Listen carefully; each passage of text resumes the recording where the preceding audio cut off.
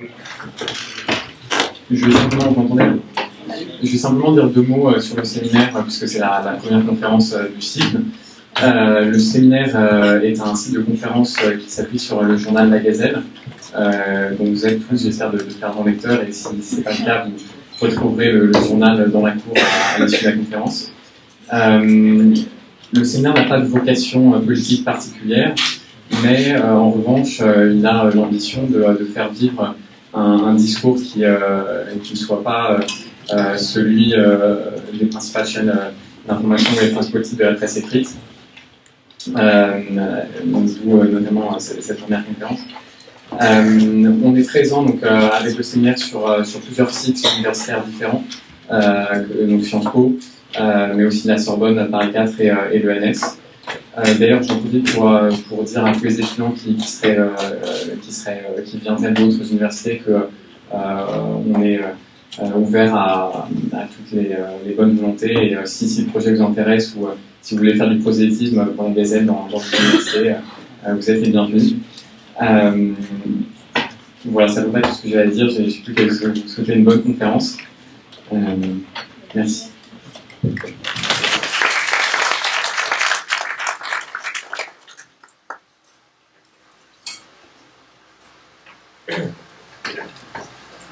Alors, je vais vous expliquer un peu brièvement pourquoi on a choisi ce sujet et pas un autre. Il y a 2 ans, pour ceux qui étaient en bicursus sciences sociales, Sciences Po, on avait invité quelqu'un que vous connaissez, M. Lordon, c'est Geoffroy de la Cagnerie, qui nous avait proposé une conférence sur le thème État et violence. Et l'enjeu de cette conférence, c'était d'identifier la singularité de l'État. La seule instance, selon lui, du monde social qu'on ne peut pas fuir, tandis que la famille, l'école, sont fondées sur l'illusio bourdieusien, et c'est, voilà, grosso modo, en dernière instance, tout pouvoir qui s'exerce sur les individus jouit du consentement de ceux sur lesquels il exerce son empire, et donc cela même rend impossible la sédition. Eh bien, il s'était aperçu que l'État est la seule instance que l'on ne peut pas fuir, à partir de laquelle on ne peut pas faire sédition. Et c'est donc partant de cette idée que Geoffroy de la Cagnerie s'est proposé de dérouler un projet politique dans les colonnes de l'Obs, sous le titre « Pour sortir de notre impuissance politique ». On a repris tel quel le sujet. Et je pense que beaucoup de constats que vous allez faire ce soir sont analogues à ceux de Geoffroy de la Cagnerie. Pour autant, elles divergent sur les analyses, parce que finalement, la définition de l'État que propose Geoffroy de la Cagnerie, elle est complètement libérale ou libertaire au choix, et vous nous direz peut-être, Frédéric Lordon, ce que vous en pensez. Et en lisant les propositions de Geoffroy de la Cagnerie, on se rend compte combien sa conception de l'État, elle est éloignée de la vôtre. Par exemple, il explique qu'on doit inventer des modes de protestation qui surprennent l'État. Nous devons nous soustraire à la temporalité de l'État. Attaquer l'État là où il ne s'attend pas. Mais l'État, c'est nous. C'est à peu près ce que vous expliquez dans Imperium. La conception de l'État que vous déroulez se concentre dans cette formule clé que va peut-être rappeler Yvan Segré. Sous la loi des grands nombres du social, la capture est une fatalité de la transcendance immanente. L'État est donc fondé sur la capture de la puissance de la multitude. Alors, se découvre toute l'inspiration spinozienne du titre de l'article de Geoffroy de la Cagnerie qui n'est pas du tout exploité. Et c'est là que nous voudrions commencer notre conférence. Comment se réapproprier notre destin politique, et puis d'abord qui est ce nous dans le titre pour sortir de notre impuissance politique qu'avait proposé Geoffroy de la Cagnerie il y a 2 ans. Quelle réalité politique recouvre-t-il? Comment penser l'émancipation à partir de ce nous, et dans quel cadre, avec quel objectif? Voilà à peu près le champ dans lequel on va dérouler une discussion ce soir. Bon, je vais parler sans micro, vous m'entendez tous? Oui. On a choisi sur ce thème en particulier Yvan Segré et Frédéric Lordon, qu'on va quand même un peu vous présenter. Tous deux occupent des places exceptionnelles au sein de leur domaine d'études et plus généralement dans le panorama intellectuel contemporain. Yvan Segré est philosophe et talmudiste dans la mesure où il étudie à la fois le corpus talmudique et le corpus philosophique, qu'il appréhende sous une approche originale, exégétique, herméneutique. Sa thèse de doctorat, réalisée sous la direction de Daniel Ben Saïd, qui infusa de sa pensée la lutte communiste révolutionnaire pour les plus jeunes aujourd'hui, elle a le nom de NPA, Nouveau Parti Anticapitaliste, a été publié sous le titre « La réaction philosémique ». L'ouvrage, extrêmement polémique, dénonçait l'émergence d'une idéologie qui, sous couvert de lutte contre l'antisémitisme et défense du sionisme, cachait, dissimulait une composante réactionnaire allant dans le sens d'une défense de l'Occident. Ses œuvres théoriques plus récentes, Le manteau de Spinoza et Judaïsme et Révolution, tous deux parus aux éditions La Fabrique en 2004, sont tous deux parus en 2014 aux éditions La Fabrique.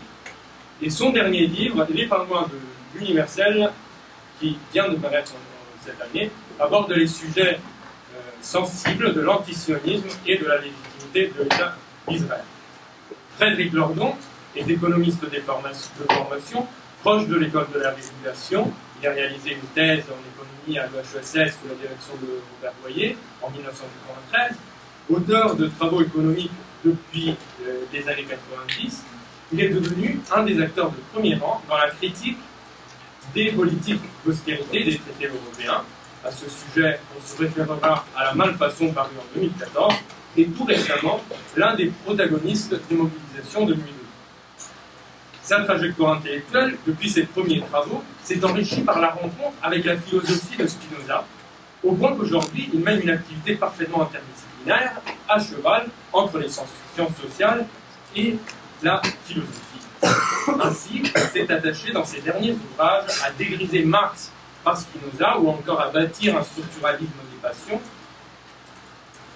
Et à ce titre, on retiendra Capitalisme, désir et servitude, sous-titré Marx et Spinoza, La société des affects en 2013, Imperium, structure et affects des corps politiques, 2015, et tout récemment, Les affects de la politique, où il s'attache à décrire la politique comme un grand jeu d'affects, un as affecta. Pourquoi avons-nous pensé de les faire rencontrer tous deux ici aujourd'hui sur ces thèmes? Parce que dans leurs ouvrages, de nombreux thèmes et auteurs analysés se recoupent, à commencer de Marx et Spinoza, et très trivialement, les trois thèmes sous-jacents à la conférence de ce soir. En même temps, leurs méthodes divergent. Attention, je ne dis pas qu'ils s'opposent, loin de là, et par cette divergence même s'enrichissent, tout comme certains de leurs points de vue. De plus, ils se sont déjà rencontrés il y a quelque temps au Guilty, et ils avaient amorcé une discussion que je pensais pertinent de reprendre. À eux, la parole. Pardon.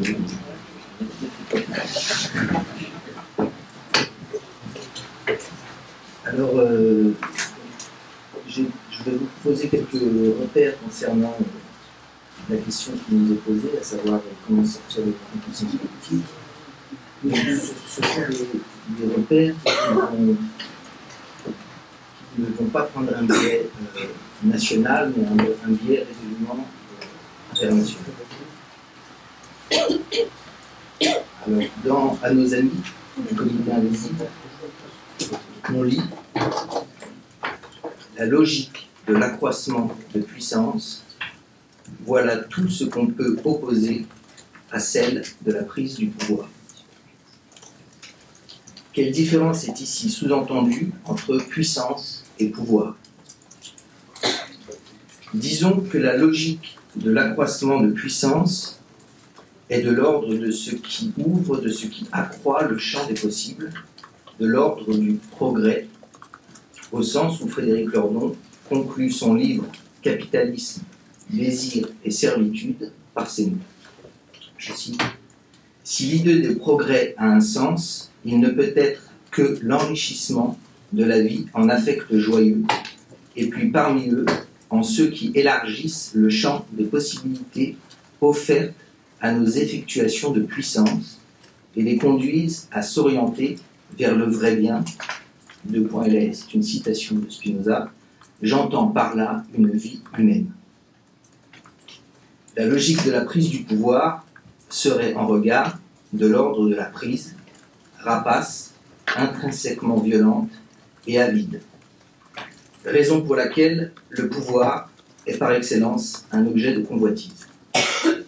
Et pour en donner une idée, je citerai cette fois un apologue de Li-Tzu, un penseur chinois du 5e siècle avant notre ère. À Tzi vivait un homme d'une grande avidité pour l'or. Tôt le matin, il mit ses vêtements, se coiffa et courut ensuite au marché. Il s'approcha de la table d'un changeur, s'empara de l'or et s'enfuit. L'agent de l'autorité qui l'arrêta le questionna. « Comment, dit-il, avez-vous pu saisir de l'or en public ?» L'autre répondit « Lorsque je me suis emparé de l'or, je n'ai pas vu les hommes, je ne voyais que l'or. » Nous aurions donc, du côté de la puissance, intelligence et générosité, du côté du pouvoir, bêtise et rapacité. Et la question est la suivante. Comment faire en sorte que la logique de la puissance contrecarre celle de la prise du pouvoir et finalement la surmonte? Alors posons qu'il existe principalement deux formes de pouvoir, celui de l'État et celui de l'argent. Le pouvoir d'État s'exerce sur un territoire défini, c'est le pouvoir de légiférer, d'administrer. C'est le pouvoir dit politique.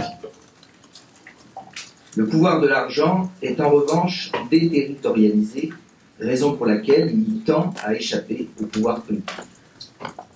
Historiquement, on distingue notamment deux types d'articulation, d'imbrication ou de contradiction entre l'État et l'argent. Une première configuration historique oppose l'État féodal à la bourgeoisie. Dans ce cas, le pouvoir de l'argent permet aux classes bourgeoises urbaines de s'émanciper du pouvoir féodal, principalement rural, parce que foncier.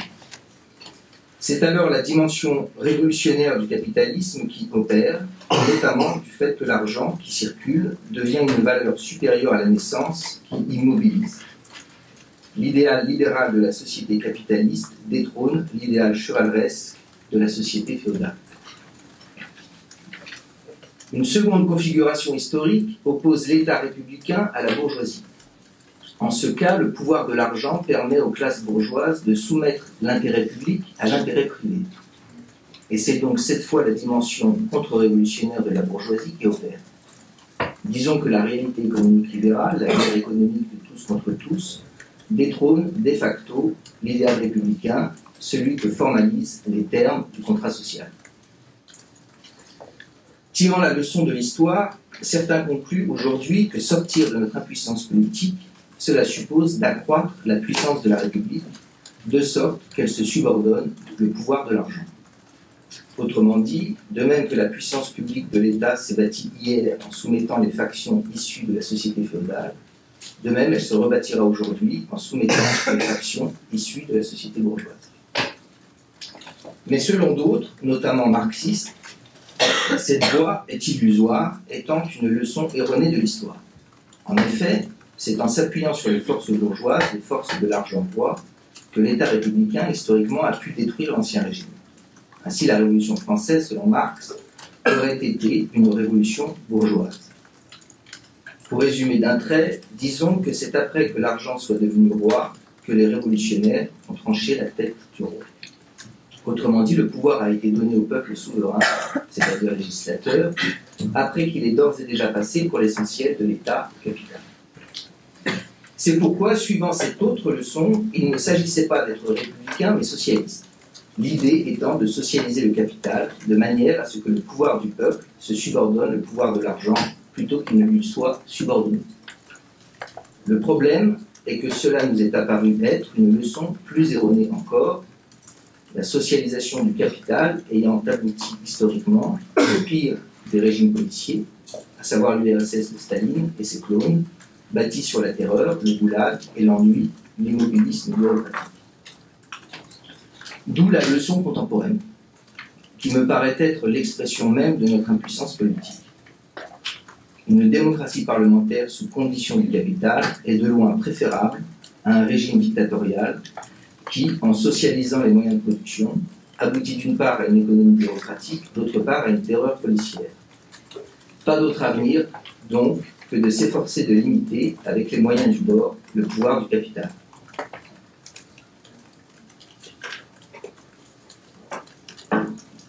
Ce que la leçon contemporaine laisse toutefois dans l'ombre, le non-dit, c'est la terreur qu'ont exercé et continuent d'exercer les démocraties parlementaires capitalistes. On juge d'ordinaire relativement minime la violence exercée par nos régimes, parce qu'on l'envisage selon le paradigme stalinien. Et que dans le cas de la dictature soviétique est en cause la violence qu'exerce un pouvoir d'État sur le peuple dont il est l'État. À cette lumière, certes, il n'y a pas de commune mesure entre la police stalinienne et la police française, anglaise, américaine, allemande, espagnole, etc. De même que la violence économique, lorsque règne l'intérêt privé, est sans commune mesure avec le goulag. Mieux vaut être, et de loin, chômeur en France que bagnard en Sibérie.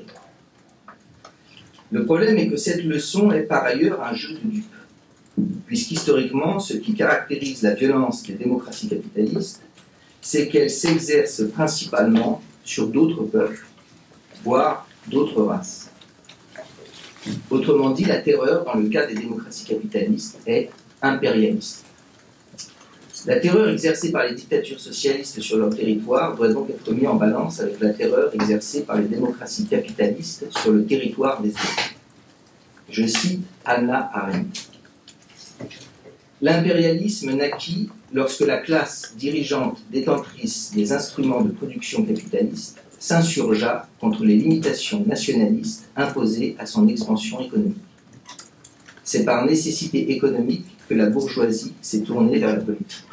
En effet, si elle refusait de renoncer au système capitaliste, dont la loi première implique une croissance économique constante, il lui fallait imposer cette loi à ses gouvernements locaux et faire reconnaître l'expansion comme but final de la politique étrangère. Fin de citation. La différence entre la terreur socialiste et la terreur capitaliste est donc en gros la suivante. D'une part, une terreur policière s'exerçant sur le peuple national, le peuple dont c'est l'État, autrement dit le peuple habitant le territoire sur lequel s'exerce le pouvoir d'État. D'autre part, une terreur impérialiste s'exerçant sur des peuples étrangers, habitant des territoires étrangers. Autrement dit, d'un côté, le terrorisme d'État territorialisé, de l'autre, le terrorisme du capital déterritorialisé. L'opposition qui a existé entre dictature socialiste et démocratie capitaliste permet de schématiser les choses, mais il est clair par ailleurs que ces deux formes de terrorisme, celui de l'État et celui du capital, s'imbriquent. Ce fut notamment le cas des dictatures d'Amérique latine au Chili ou en Argentine par exemple. Notre question finalement serait donc la suivante. Comment sortir de cette alternative malheureuse entre terrorisme d'État, où la violence s'exerce contre le peuple autochtone, et terrorisme du capital, où elle s'exerce sur le peuple étranger? Croyez-moi, je l'ignore. Ce que je sais en revanche, c'est que la sortie de notre impuissance politique prendra nécessairement la forme d'une subjectivité internationaliste. Et puisque toute politique s'inaugure par une déclaration, déclarons avec les verreries noires: salut à toi le Chilien, salut à toi le petit Malien, salut à toi le Mohican, salut à toi peuple gitan, salut à toi l'Éthiopien, salut à toi le Tchadien, salut à vous les partisans. C'est, vous l'aurez compris, une autre manière de dire que la logique de l'accroissement de puissance est tout ce qu'on peut opposer à celle de la prise du pouvoir. C'est l'essentiel de ce que je voulais poser, et sur ce, je laisse la parole à Frédéric Lorient. Mais qui la rend aussitôt. Non, parce que j'ai été un peu plus court, c'est pas dans mes habitudes, mais là je suis le seul à ne pas avoir travaillé. Alors c'est embêtant, donc Yvan arrive avec comme d'habitude quelque chose de très construit, et je me sens un peu submergé par tout ce qu'il y aurait à dire. Donc, et je ne saurais même pas par quel bout l'attraper. Alors, moi, la solution de facilité, ça serait de vous rendre la parole, puisque vous m'avez dit que vous avez préparé tout un tas de questions, et donc de vous inciter à les lâcher maintenant, et puis moi je ferai mon tri à Digitom. On va les poser une par une. Ah bah d'accord, ok. Enfin, bon alors, non.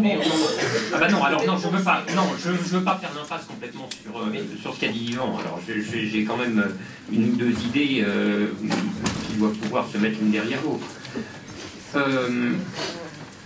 Moi, en réalité, tu as posé deux alternatives, Yvan. Il y a Il y a celle des deux terreurs, et il y en a une que tu as énoncée un peu plus haut dans ton propos, que je reformulerai de la manière suivante. Comment sortir du despotisme capitaliste sans tomber dans le despotisme d'État?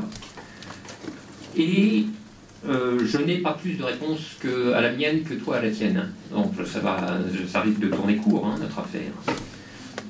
Mais moi, c'est cette deuxième alternative qui me travaille. Puisque à un moment, tu as dit, oui, une idée a émergé qui était de jouer la puissance de l'État contre la puissance du capital. Malheureusement, ça n'était pas une si bonne idée que ça. On a vu comment les choses ont tourné derrière. Et moi, ma crainte, c'est qu'on ne puisse pas faire autrement.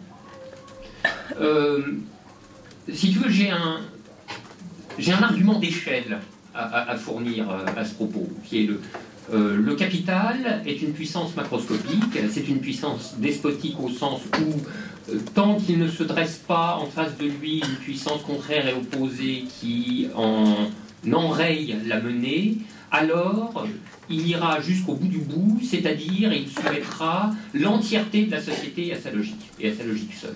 Bon, ça, c'est une puissance despotique, hein. C'est parfaitement clair. Comme le fut jadis la puissance ecclésiale, par exemple. Bon. Mais contre une puissance macroscopique, on ne peut jouer qu'une autre puissance macroscopique. Or, la seule puissance macroscopique dont la machine est déjà montée, en quelque sorte disponible, c'est celle de l'État. Alors moi, ça me rappelle, si vous voulez, des débats anciens qui avaient eu lieu à l'époque où des malentendants accusaient Bourdieu d'avoir tourné kazakh au début des années 90 et tentaient d'opposer le Bourdieu ancien au Bourdieu jeune. Alors, le Bourdieu jeune, c'était celui de la reproduction, par exemple. Et c'était un Bourdieu qui, dans l'ère de son temps, était un farouche critique de la puissance acquise par l'État sur nos entendements, sur notre pensée, sur nos manières, etc. Et puis voilà qu'au début des années 90, Bourdieu se met à se faire le chantre de l'État comme moyen opposable à la dynamique néolibérale. Et on s'est dit, mais alors, quel est le bon? En réalité, c'était toujours le même. Simplement, ce n'est pas Bourdieu qui avait changé. Ce qui avait changé, c'est la conjoncture. Ce qui avait changé, c'est la conjoncture et donc la hiérarchie de l'ennemi, en quelque sorte. Il est vrai que dans les années, disons, fordiennes, pour toute une série de raisons structurelles, le capitalisme était contenu. Bon, et puis, il se passe ce qui se passe, et que vous connaissez, hein, la crise du Fordisme, la grande transition vers le néolibéralisme, et le commencement, ou plus exactement le recommencement de la grande poussée du capital. Bon. Donc à ce moment-là, l'ennemi, dans la hiérarchie de l'ennemi, c'est le capital qui vient en tête. Et pour s'opposer au capital, on fait avec ce qu'on a. Bon. Et d'ailleurs, je me souviens de cet entretien qui avait été diffusé, je crois, sur Arte, où Bourdieu dialogue avec Günter Grass. Et Günter Grass le renvoie un peu, hein, à cette supposée contradiction dans sa trajectoire. Et Bourdieu lui dit, mais oui, voilà, mais c'est ça le drame de l'époque. Le drame de l'époque, c'est que nous sommes contraints à faire cause commune avec des choses que nous n'aimons pas. Et en particulier avec la chose étatique. Bon, voilà. Alors, c'est vraiment là qu'est la difficulté, parce que il faut bien voir ce que ça entraîne de défaire la puissance du capital. Il ne faut pas se payer de mots. Défaire la puissance du capital, c'est de l'ordre d'une révolution. Et une révolution, ça appelle une guerre civile. Bon, c'est aussi simple que ça. Hein. Une guerre civile, c'est une situation dont la maxime est eux ou nous. C'est donc une question de vie ou de mort, la guerre civile, pour un certain camp. Donc, si vous voulez, c'est l'histoire à son point dramatique le plus élevé, n'est-ce pas? Peut-être même son point tragique, je ne sais pas. Bon. Et dans cette guerre-là, effectivement, nécessairement, ce sont des moyens de type étatique qui s'agencent. Pour défaire la réaction, les soviets sont obligés de se constituer en État soviétique. Et on connaît la suite. Alors comment faire pour éviter cette tragique dégénérescence? Si la guerre appelle des moyens étatiques, comment faire d'ailleurs pour que l'État qui naît dans des conditions pareilles ne soit pas marqué de manière indélébile par ses conditions même de naissance, vous voyez? Et que ça soit forcément un État militaire, donc policier, donc totalitaire, etc. Alors l'autre formule, qui serait au plus près de l'augmentation de nos puissances par opposition au règne du pouvoir, ou des pouvoirs institutionnels. L'autre formule, qui ne passerait pas par ce point étatico-guerrier, potentiellement totalitaire, si ça n'est pas nécessairement totalitaire, l'autre formule, c'est celle de la désertion. On déserte, on s'en va. Cette histoire de capital, de capitalisme, d'économie marchande, c'est plus notre affaire. Alors ça, bah oui, bien sûr, on déserte, mais ça ne renverse pas le capital pour autant. C'est-à-dire le capital, c'est toujours parfaitement accommodé qu'il y ait des isolats de déserteurs. Au contraire, même il y voit un certain avantage, hein, ça lui, si vous voulez, ça embellit son ramage pluraliste. Oh, mais nous sommes tout à fait tolérants, nous acceptons toutes les formes de vie, pourvu qu'elles ne nous emmerdent pas, bien sûr. Donc le gros de la société restera quand même plongé dans... Bon, alors, il faut imaginer un mouvement de désertion absolument général, mais pour l'instant, nous n'en voyons pas l'oreille. Bon, alors c'est là qu'est la tension dialectique, et il faut se situer au cœur de cette tension, faute de quoi on loupe absolument tout. Hein. Et cette tension, on pourrait la réexprimer d'une autre manière, hein, en montant d'un cran en généralité et en posant la question plus abstraite des ordres institutionnels. Le pouvoir, on pourrait dire sous une certaine caractérisation conceptuelle, le pouvoir c'est de l'institution, c'est nécessairement de l'institution. Donc la question c'est la question de la réaugmentation de nos puissances afin de circonvenir les pouvoirs, c'est la question de la possibilité de vivre hors des institutions, de vivre hors des milieux institutionnels. Et alors moi je crois que ceci est impossible. Je crois que ceci est impossible. Alors là c'est tout à fait, c'est ça le drame, hein. C'est un vrai drame parce que, comment dire, moi vous pressentez peut-être, moi je connais, je peux associer Yvan, nous connaissons ce que c'est que, même de loin, la vie dans les institutions. Justement, ça n'est pas la vie. Les milieux institutionnels, c'est la mort. Mais non, mais je dis ça sans plaisanter. Hein. Dans les milieux institutionnels, on crève. D'ailleurs, en réalité, vous le savez fort bien vous-même. Hein. Je veux dire, il n'y a qu'à voir. Hein. On est quand même dans une institution canonique ici. Il faut voir ce que éviter le devenir mort-vivant vous demande comme effort à déployer. C'est considérable. Sans doute beaucoup d'entre vous, enfin quelques-uns d'entre vous, pas trop j'espère, succomberont, deviendront à leur tour des morts-vivants. Voilà, ça se promène, hein, les morts-vivants, il y en a partout hein, dans les institutions. Il y en a dans la recherche, il y en a dans les médias, il y en a évidemment, les pouvoirs en sont farcis, etc. Bon, ces gens-là, si vous voulez, la vitalité déserte les milieux institutionnels. C'est une affliction. Hein. Mais nous ne pouvons pas vivre hors des milieux institutionnels. Nous ne pouvons pas vivre complètement sans milieu institutionnel. Parce que c'est l'élément même de la vie sociale. Alors à ce moment-là, il faudrait poser la question de savoir ce que j'entends par le social de vie sociale. Évidemment, c'est le social, un social qui n'a rien à voir avec les fausses concertations sur les ordonnances ou des choses comme ça. C'est le social entendu au sens de Durkheim, n'est-ce pas? Bon, le social est l'élément de la vie humaine, collective, et le social ne se donne qu'institutionnalisé. Comment faire avec ça? Alors moi, je pense, je vais m'arrêter là parce que moi, ce que je pense, c'est que toutes ces questions, hein, la vie dans l'État, la vie hors de l'État, dans les institutions, hors des institutions, tout ça, le grand piège, c'est d'essayer de céder à la formulation de ces questions en termes de tout ou rien. Je pense qu'il faut absolument éviter cette question qui n'est pas la bonne et que les seules bonnes questions en ces matières sont des questions morphologiques. Là, j'insiste vraiment là-dessus, moi, c'est ma conviction. Ce sont des questions de forme. S'il est acquis que nous ne pouvons pas collectivement, le collectif s'entendant à une certaine échelle numérique, tout de même, hein, que nous ne pouvons pas vivre collectivement hors tout milieu institutionnel, la question devient celle des formes les meilleures, ou disons les moins mauvaises, à donner à nos institutions. Voilà, ce serait comme ça que je cadrerais ce commencement de débat.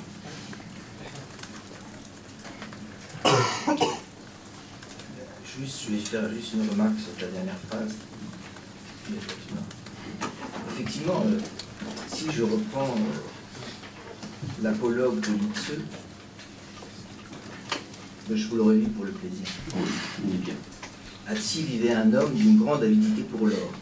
Tôt le matin, il mit ses vêtements, se coiffa et courut ensuite au marché. Il s'approcha de la table d'un changeur, s'empara de l'or et s'enfuit. L'agent de l'autorité qui l'arrêta le questionna. « Comment, dit-il, avez-vous pu saisir de l'or en public ?» L'autre répondit, « Lorsque je me suis emparé de l'or, je n'ai plus vu les hommes, je ne voyais que l'or. » Ce qui est très intéressant à cet apologue, c'est qu'on pourrait se demander, mais au fond, ce qu'il n'a pas vu en se saisissant de l'or, c'est d'abord qu'il n'a pas vu l'autorité, l'agent qui va finalement l'arrêter. Et généralement, ce qu'on attendrait, c'est que l'agent lui dise « Mais comment as-tu pu penser que tu allais, sous le nez de la police, faire quelque chose d'illégal ?» Et donc là, on voit l'agent de l'autorité, une figure de l'institution, qui au contraire lui rappelle, par son intervention, et ce qui est mis en place, c'est l'institution comme ce qui doit rappeler que ce qui prime, ce n'est pas l'or, ce sont les hommes. Hélas, lorsqu'une institution est sous condition du pouvoir de l'or, elle tend au contraire à accompagner, à donner force, encore plus de force à ce pouvoir de l'or. Donc on aurait là ici l'enjeu effectivement d'une possibilité d'une institution qui, c'est aussi la question chez Saint-Just, la question des institutions chez lui, c'est évidemment la question des institutions en tant qu'elle rappelle sans cesse qu'il s'agit de voir les hommes. Et donc on aurait là ici la question de savoir, d'aborder les choses en disant au fond, comment expliquer que ceux qui, du moins pour ceux d'entre vous qui s'informent de manière rigoureuse sur ce qui peut se passer en Afrique, au Moyen-Orient par exemple, comment expliquer que le pouvoir étatique, militaire, soit au service de l'or contre les hommes? Comment faire en sorte, au sens de Saint-Just, que les institutions soient au service des hommes? C'est un peu la question. Alors moi, mon apologue me fait penser à deux choses. Bon, la première, je n'ai plus vu que l'or. Bon, cette phrase est vraiment extraordinaire. Je vais en faire une interprétation un peu anachronique. Parce que ce « je n'ai plus vu que l'or », qu'est-ce qu'il dit? Il dit un certain régime macrosocial de désir, aimanté par l'enrichissement pécuniaire. Bon, mais on pourrait comprendre l'or de manière extrêmement générale et mettre beaucoup d'autres choses à la place. On sait qu'il y a des formations sociales où l'enrichissement n'est pas le soutènement numéro un du régime macrosocial de désir. Le régime macrosocial de désir, c'est autre chose. Il oriente les énergies des hommes, les énergies conatives, vers d'autres objets. La gloire héroïque, la réputation guerrière, par exemple. Si bien que on pourrait tout aussi bien reconjuguer ce « je n'ai plus vu que l'or » en autre chose. Je n'ai plus vu que la croisade. Je n'ai plus vu qu'Excalibur. Je n'ai plus vu ce que je sais, moi. Des tas de choses comme ça. Donc il faut bien voir la généralité de la phrase et ne pas la rabattre en intégralité sur la formation sociale du capitalisme, qui évidemment est celle par excellence, là je sors de l'anachronisme, qui est celle par excellence qui fait de l'or son objet de désir cardinal. La deuxième chose que je voulais dire à propos de ton apologue et des leçons que tu en tires, relativement à la question morphologique, ça serait que l'un des critères, finalement, il y aurait deux critères deux critères très généraux. Alors évidemment, pour les faire passer dans le concret, c'est une autre histoire, mais il y a deux critères très généraux qu'on pourrait assigner aux bonnes formes à donner aux institutions. Le premier, c'est celui que tu as énoncé toi-même. C'est une institution est bonne si elle nous permet d'augmenter nos puissances. Et ça, pour le coup, alors c'est vraiment... c'est le critère spinoziste par excellence. Tout le traité politique est conçu d'après ce critère-là. Il y en a un deuxième qu'on pourrait ajouter, et qui est peut-être au moins aussi parlant dans la période présente. Serait bonne la forme qui met l'institution sous condition d'égalité. Bon, alors là, en fait, je ne fais que répéter des choses que tu as dites, toi-même. C'est bien la définition, alors parce qu'il faut s'entendre, évidemment, par égalité. Qu'est-ce qu'on veut dire moi, par égalité, là, je t'emprunte ton propre concept d'émancipation. C'est toujours embêtant, ce mot émancipation, parce que c'est un mot, qui est tellement brinque-ballé qu'au bout d'un moment, il ne veut plus rien dire. Si vous voulez, ça fonctionne comme un mot fétiche ou un mot de passe, etc. Et ça perd toute consistance conceptuelle. Mais pour le coup, toi, tu en as donné une définition qui est extrêmement simple et tranchante. Peut être qualifiée d'émancipation tout ce qui concourt à la dissolution, je cite de peu, de la domination dans l'élément du social. Voilà. Alors ça c'est une définition possible de l'égalité.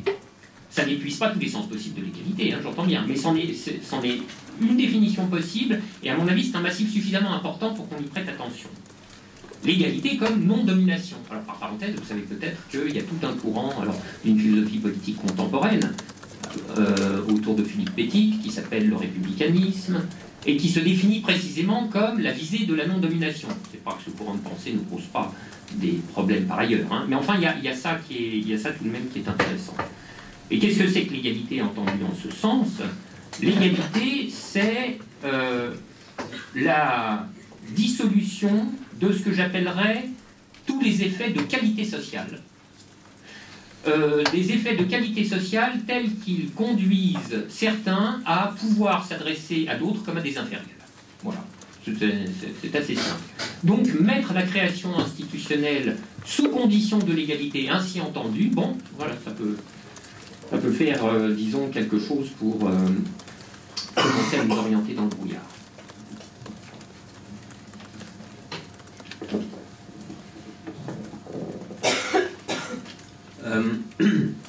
J'aimerais bien revenir sur un point qui est évoqué dans Imperium, mais qui va peut-être qui va sûrement prendre la suite de ce que vous avez dit. Vous expliquez, en vérité, vous expliquez à de multiples reprises que la révolution, c'est un moment d'échauffement ou d'intensification des luttes communes, de mise en marche de la multitude. Et que ce moment, il est destiné tôt ou tard à retomber, pour faire place à la routine, au banal, précisément aux institutions, à la vie institutionnelle. Et donc à une nouvelle captation du pouvoir de la multitude. Moi, la question que je me suis posée en lisant ça, c'est est-ce qu'il n'est pas possible d'imaginer une espèce de permanence de l'état de révolution, un espèce de processus continu qui maintiendrait l'état d'affect propre au moment insurrectionnel? Au fond, pourquoi il ne pourrait pas exister ce que les trotskistes ont appelé la révolution permanente, luttant continuellement contre la bureaucratisation, la verticalisation, toujours en remobilisant les affects et la vie. Voilà. C'est une question à Frédéric Lordon, mais ceci dit. Alors, précisément, moi, c'est pas révolution, je ne donne pas le nom révolution à ce moment, je donne le nom d'insurrection. Puisque pour moi, la révolution, c'est la restabilisation pour le long terme d'un nouvel ordre de rapports sociaux. Et l'insurrection, c'est le moment de l'effraction originelle. Alors oui, ça c'est un moment, l'insurrection. C'est un moment et il se caractérise en effet par ses intensités affectives hors du commun. Hors du commun.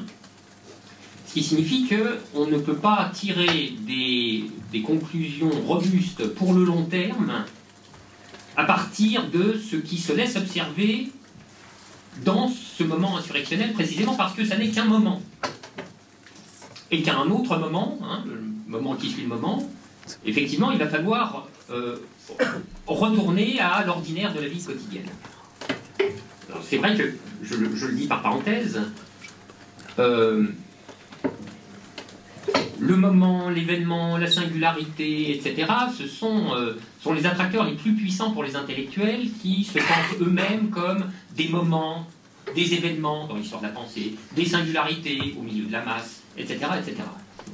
Donc là, si vous voulez, il y a un effet d'homologie entre le sentiment que les personnes intellectuelles ont d'elles-mêmes et leur thème, et leur thème chéri qui est incroyablement fort.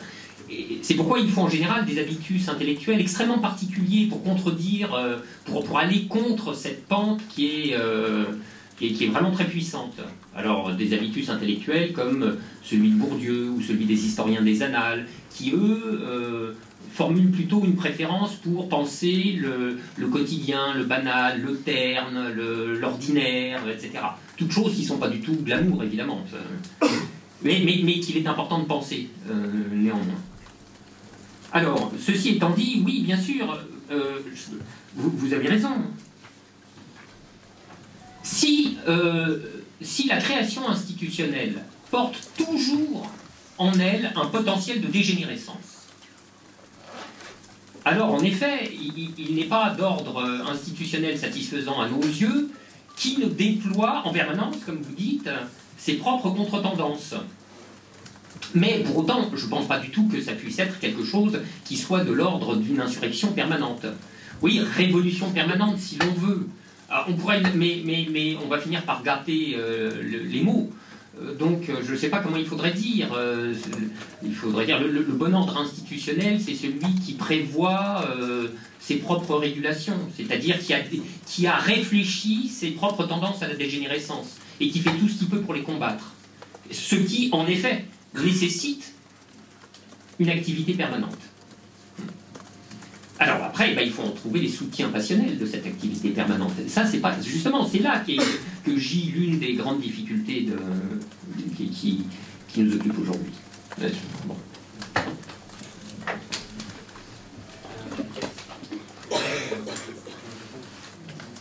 Une question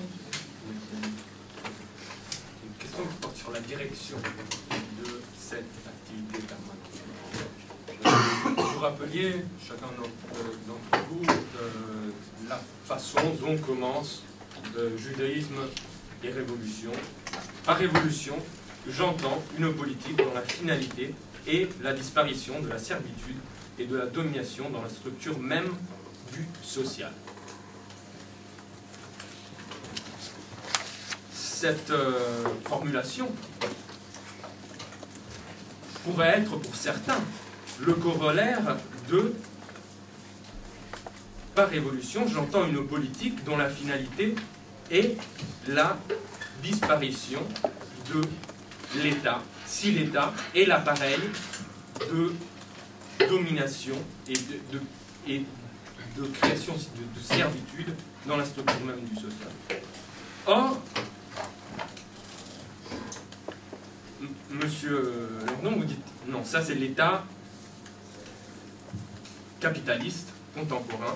L'État comme concept, comme général, c'est une nécessité qui est impliquée par la capture, par le grand nombre, et qui n'est pas empirique. Alors comment faire en sorte que, et ça rejoint la question morphologique, que cette phrase ne soit pas le corollaire de la deuxième?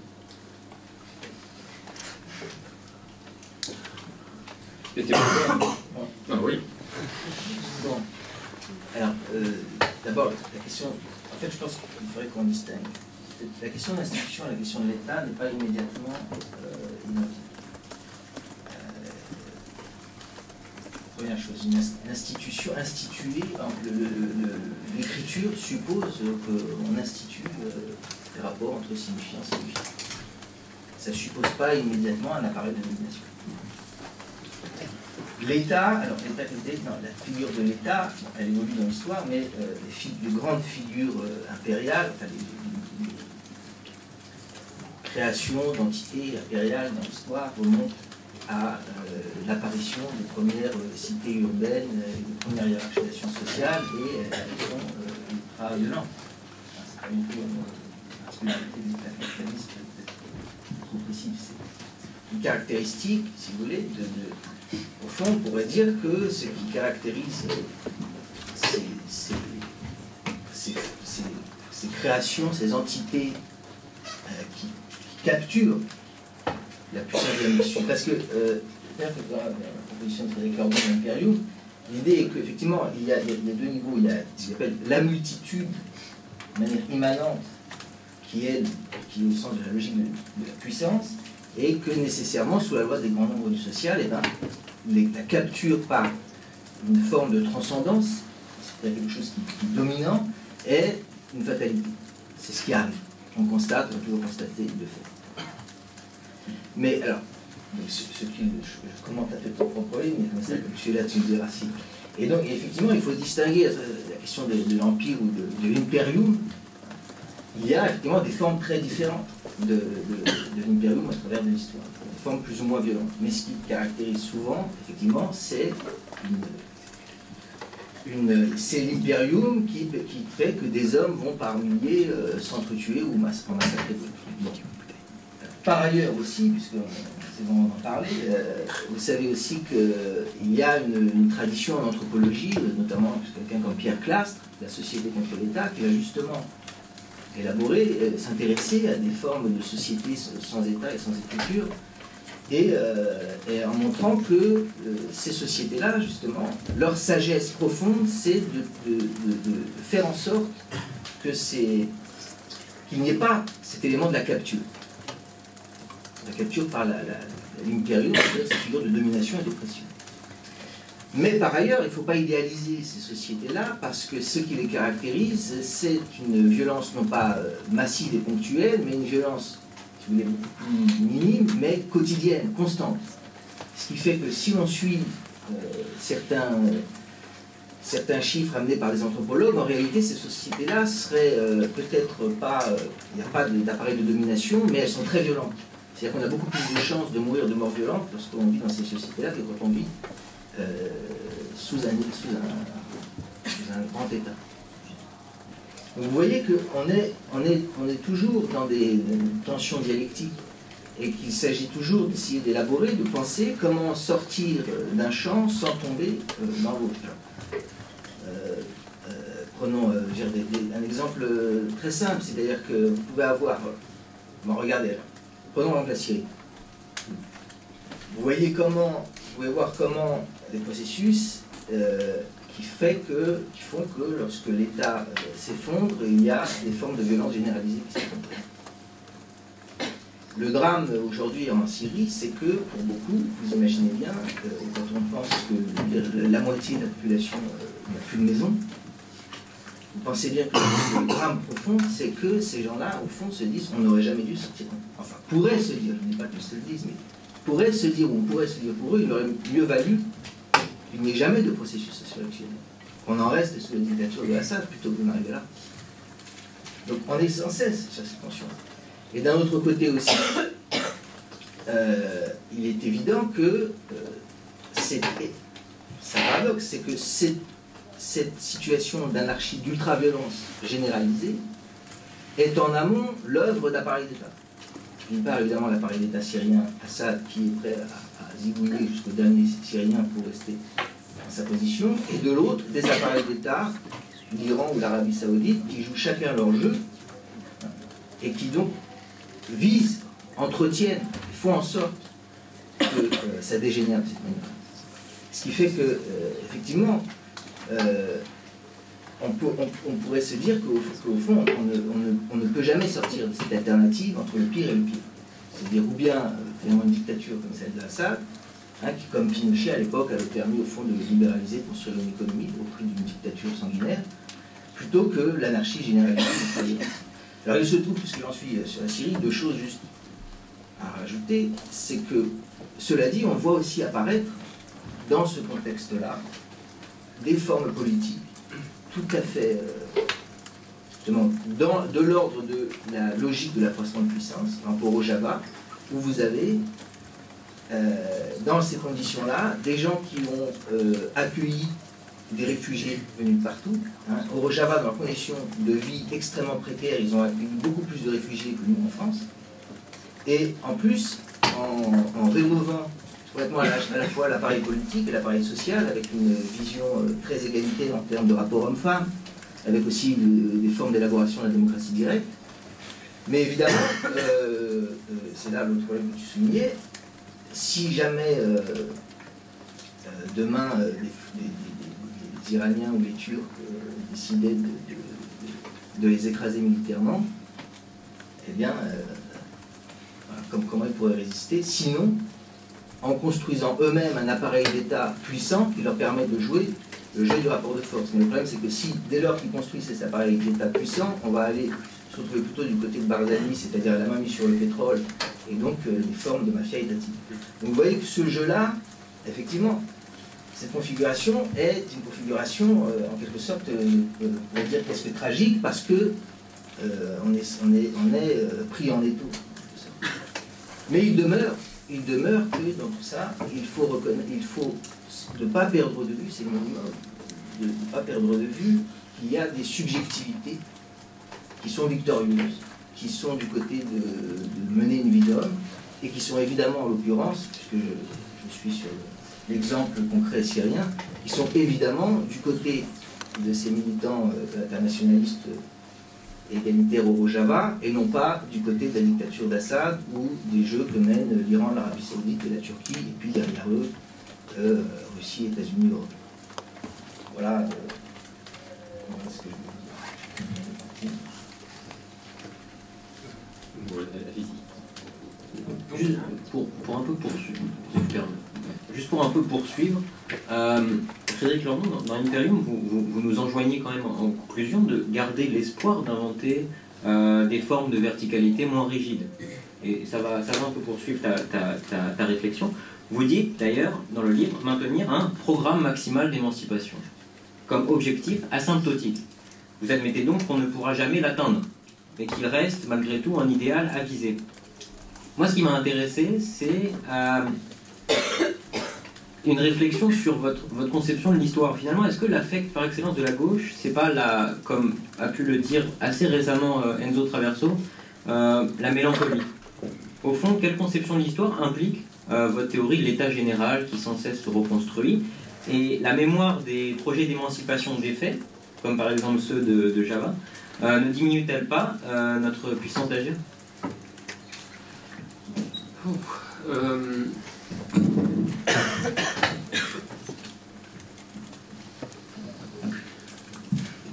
Non, mais il est absolument certain que être de gauche, c'est avoir souscrit un abonnement tacitement reconductible à la défaite et s'y être fait. Alors, si on se contentait de dire les choses ainsi, évidemment, on n'aurait plus qu'à se chercher une corde, quoi. Ça serait terminé. Si on n'en vient pas à ce genre d'extrémité, c'est précisément parce qu'après tout, ça pourrait être le verdict livré lucidement par une analyse objective en très longue période des tentatives de soulèvement, des tentatives révolutionnaires. Alors, en réalité, c'est un petit peu faux quand même, hein, des révolutions, il y en a qui ont réussi. Il y en a qui ont réussi incomplètement, mais qui ont produit un réel effet révolutionnaire, donc c'est la Révolution française. Il y en a qui ont réussi et puis mal tourné. Bon, voilà. On n'a pas toujours été défait. Enfin, je veux dire, la gauche n'a pas toujours été défaite. Mais si, malgré tout, puisque le bilan d'ensemble n'est pas globalement positive, comme disait Georges Marchais, si malgré tout on continue de lutter, c'est tout simplement parce que chacun de nous est le champ de bataille d'affects contradictoires, hein, et que grâce au ciel, alors plus exactement en l'occurrence c'est un cas heureux de cette impuissance de la raison contre laquelle Spinoza se bat, hein. L'un des cas heureux de cette impuissance de la raison, c'est qu'elle ne parvient pas à réprimer certains autres affects, et notamment les affects à la fois de colère et d'espérance qui naissent au contact de notre monde présent. D'où vous voyez, ces maximes populaires, mais qui ne sont pas si mal fondées que ça, sur le thème « il n'est pas nécessaire d'espérer pour entreprendre », blablabla. Donc on continue parce que, aussi parce que ça nous tient en vie, et puis parce que on trouve dans les faits du monde contemporain un aliment passionnel dont la motricité est bien avérée. Bon, voilà. Donc et j'ai pas d'autre conception d'histoire à donner pour ma part. En tout cas, évidemment, je n'ai aucune. Ça, c'est le propre du spinozisme, hein, qu'il n'est pas. Il n'est pas une philosophie de l'histoire, si l'on entend par là une pensée téléologique de l'histoire. Donc là, pour le coup, ça le distingue radicalement du marxisme. Alors, oui, il y a aussi objectivement dans la situation contemporaine de quoi se donner du cœur au ventre. Et bon, Yvan, tu en as parlé, il y a l'expérience du Rojava, il y a eu celle du Chiapas. Je pense que ce sont des expériences qui illustrent exemplairement la question morphologique que je soulevais au début de ce débat. Hein. Puisqu'il va sans dire que ni le Rojava ni le Chiapas ne sauraient se soustraire à la catégorie État. Enfin, bon, pour moi, c'est une évidence en tout cas. Je sais que c'est une évidence qui est mal partagée, hein, et qu'il y a des gens qui sont tellement attachés à retrouver dans la réalité la catégorie pure de leurs rêves que ils feront rentrer la chose sur le lit de Procuste à toute force. Mais le Rojava, le Chiapas sont des États, mais ce sont des États autres, voilà. Donc, ce sont, si vous voulez, ils attestent, comme on atteste le mouvement par la marche, ils attestent par leur expérience même, en train d'aller, ils attestent la possibilité de créer de nouvelles formes étatiques. Alors oui, moi je pense qu'en effet, il y a, en tout cas, la trajectoire vers ce qu'on appellera par facilité l'émancipation est nécessairement asymptotique, compte tenu d'ailleurs des fluctuations intermédiaires. Alors, je sais par exemple que quelqu'un comme Zizek récuse ce genre de vue au motif que ce serait une forme de restauration d'un kantisme de l'idée régulatrice et que l'idée régulatrice est faite pour nourrir tous les penchants des missionnaires. Et malheureusement, moi je ne crois pas. Enfin, plus exactement, ce à quoi je ne crois pas, c'est qu'on puisse échapper à ce couple de l'idée régulatrice sous la forme particulière de l'asymptote. Et que ça ne nous joue pas nécessairement au désarmement.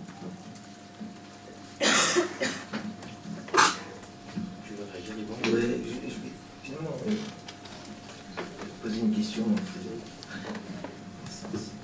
Effectivement, l'institution, l'État. C'est vrai. Alors, j'ai oublié ça. Je vais dire un passage toujours de la fin de Capitalisme, Désir et Servitude, parce que ça rejoint ce que tu viens de dire sur l'histoire. Alors, la vie commune n'est pas un choix que les hommes auraient la liberté de ne pas faire. Les forces endogènes de leur vie passionnelle les y conduisent nécessairement, à commencer par celle des réquisites de la vie matérielle à reproduire. Mais les rapports sous lesquels cette vie commune vient à s'agencer ne sont pas écrits d'avance, ni prédéterminés. Et il est permis d'en préférer certains plutôt que d'autres. Leur invention et leur production dans le réel de l'histoire est l'effet imprévisible des dynamiques de la vie passionnelle collective, aussi connue sous le nom de politique.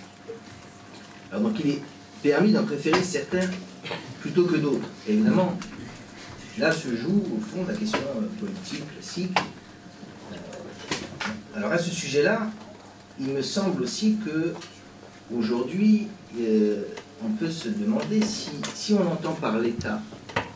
Nous connaissons l'État, c'est s'exerce sur un territoire en particulier limité, il est plus ou moins articulé à la question de la nation. Et on peut penser qu'aujourd'hui, très clairement, de toute façon, l'État au niveau national n'est pas en mesure d'être une force influençant ou modifiant des rapports ou des agencements qui nous paraissent désastreux. Alors à ce sujet, je voudrais distinguer la question de l'État et de l'institution et vous citer un passage d'un livre de quelqu'un qui s'appelle François-Xavier Verschav. Ce petit opuscule s'appelle « De la France-Afrique à la Mafia-Afrique ». C'est quelqu'un qui a beaucoup travaillé sur l'Afrique, et notamment sur la politique des démocraties occidentales en Afrique, et notamment de la France. Bon. Mais là, le passage en question est plus général. Il aborde la question des biens publics, en différence aux biens privés. Et il montre que les avancées sociétales, civilisationnelles, sont largement dues à justement l'accroissement de la part des biens publics. Et qu'on avait dit que lorsque on dit qu'on ne pourrait jamais financer un pourcentage de 45% de biens publics, qu'on ne pourrait pas payer les congés payés parce que sinon les entreprises s'effondraient, etc. Et il montre que c'était un mensonge ou une erreur de calcul, et que en réalité tout ça a pu s'installer et que de grandes avancées sociales ont justement été réalisées grâce aux biens publics, puisque l'éducation, l'enseignement, la médecine, la santé, etc., tout ça, ce sont des éléments qui contribuent au développement d'une société. Et il ajoute, il fait cette remarque. Alors, qu'est-ce qui se joue maintenant au niveau mondial? Aujourd'hui, on a à peine 3 pour 1000 de biens publics à l'échelle mondiale. C'est-à-dire une aide au développement tout à fait relative, bien faible et très peu efficace. Or, si vous prenez les grands défis de ce monde, que ce soit les problèmes de l'effet de serre, les changements climatiques qui sont maintenant en grande partie inéluctables, que ce soit les problèmes de nouvelles maladies et épidémies, les problèmes de la sécurité alimentaire, de la pollution des océans, etc., etc., on s'aperçoit de plus en plus que les éléments de réponse ne peuvent être construits qu'à l'échelle mondiale.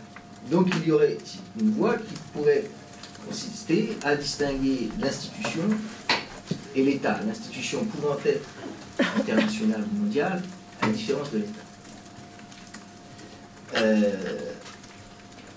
Je profite aussi de glisser, je ne sais pas si tu as lu le livre de Dardot et Laval, Commun. Oui. Ce qui est intéressant dans leur livre, donc Dardot et Laval, Commun, essai sur la révolution au XXIe siècle, c'est qu'ils s'efforcent justement de penser l'institution des communs et de montrer comment la question du commun a été pensée comme ce qui dépend d'une organisation étatique, alors que défend justement une approche de l'institution qui ne relève pas d'un appareil de pouvoir coercitif, mais, on pourrait dire, qui institue les communs au niveau des praxis sociales.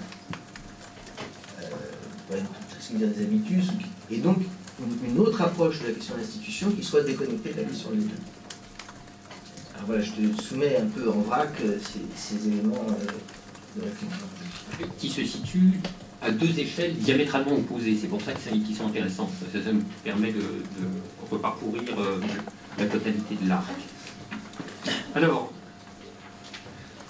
je vais commencer par les communs.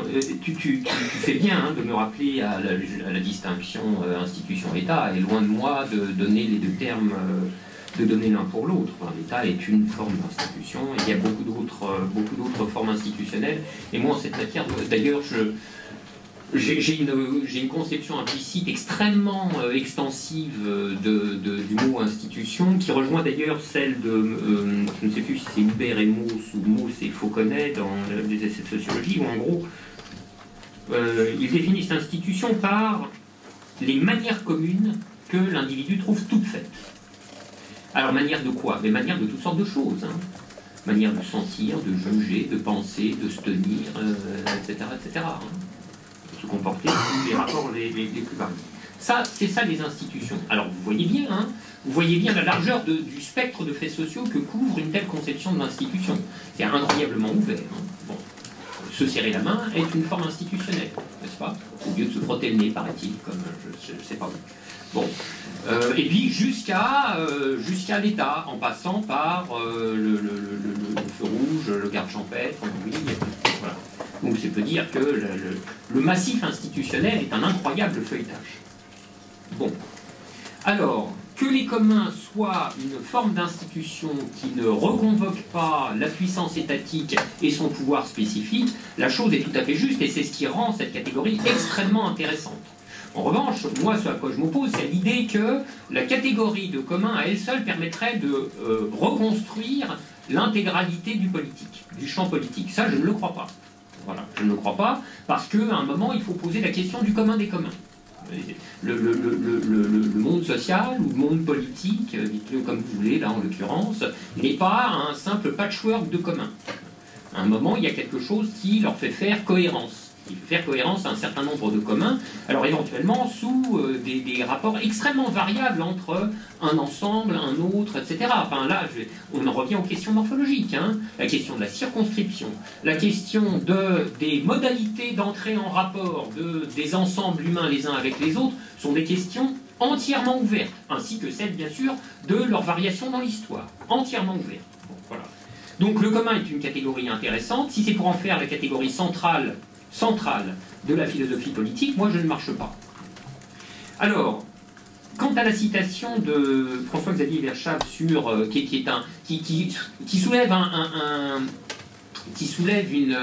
une question devenue de plus en plus classique, hein, qui est en quelque sorte la question de la mondialisation. C'est-à-dire, on voit bien, des problèmes se posent à l'échelle mondiale, hein, c'est le propre des externalités qui ne connaissent pas les frontières, et qui débordent de toutes parts les limites des États-nations qui sont par là impuissants à les régler. Bon. Alors, et c'est vrai, il faudrait être idiot pour dire le contraire. Alors le problème, c'est que la solution des problèmes suppose une forme d'institutionnalisation. Or, l'institutionnalisation, pour être réussie, suppose à son tour de pouvoir s'adosser à une communauté politique constituée, d'où elle tirera son pouvoir, là je le dis pas par anglicisme, d'enforcement. Qu'est-ce qui fait la débilité des institutions internationales, comme, je sais pas, l'ONU, le Bureau international du travail, etc.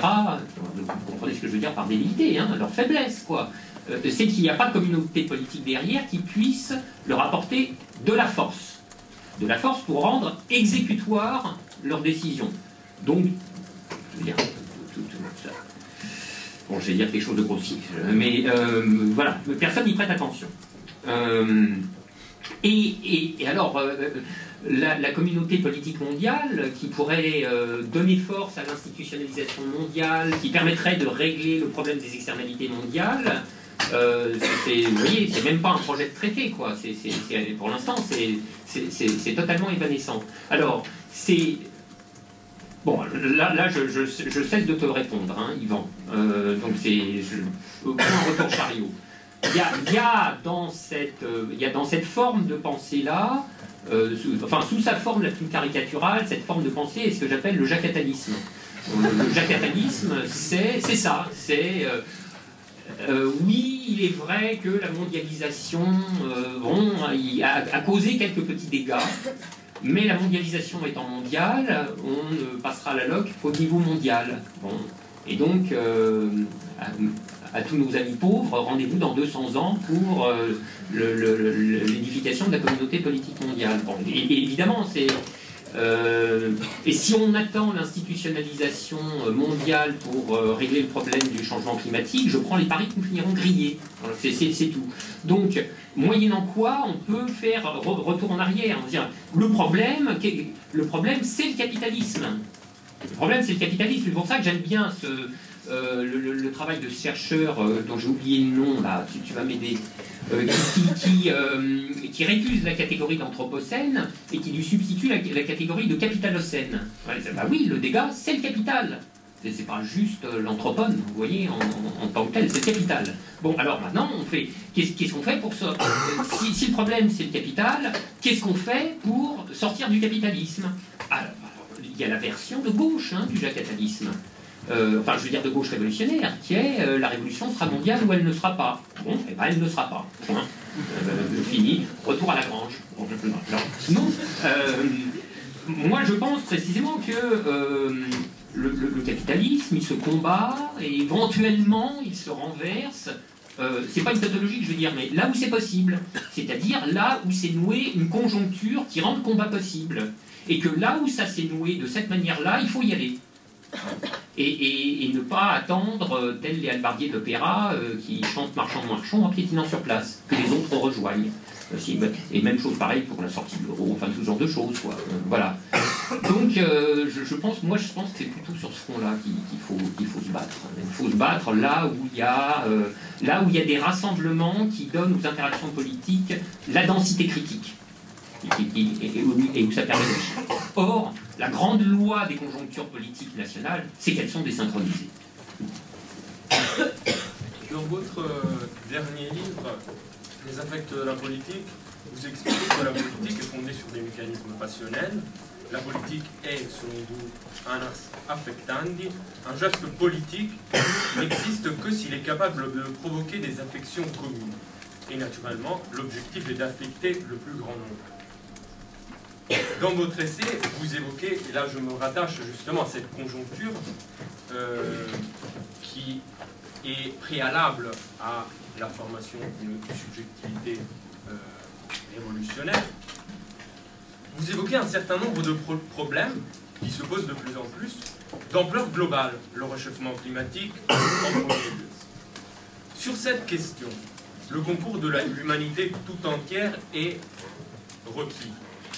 Pensez-vous que des affects communs de portée transnationale puissent exister? Sinon, comment mobiliser autour d'enjeux globaux comme le réchauffement climatique? J'aimerais bien qu'il y ait une... Enfin, je ne vais pas tenir le micro en permanence. Je sais pas, Yvan, si tu as quelque chose à dire sur cette question, même si elle est plutôt adressée, ou alors si on prend une autre question, je sais pas comment tu réponds, ça va, moi j'en ai un mot, bien sûr qu'il y a des affects transnationaux, moi j'en suis un. je ne sais pas si j'en suis un, mais je pense comme lui. Qui en a? On peut effectivement ouvrir la discussion à la salle et on va prendre les questions. On a peut-être le micro. Alors on va prendre les questions. On s'entendra. Ouais, monsieur. Parlez bien fort. Je vais essayer de faire du mieux. Il y a deux questions, je vais les faire très rapidement. La première, c'est lorsque le socialisme a su prendre le pouvoir, il avait identifié des acteurs et des classes sur lesquelles s'appuyer et des rapports de force. Cette discussion, on n'a pas posé cette question, qui me semblait être une question préalable. Première question.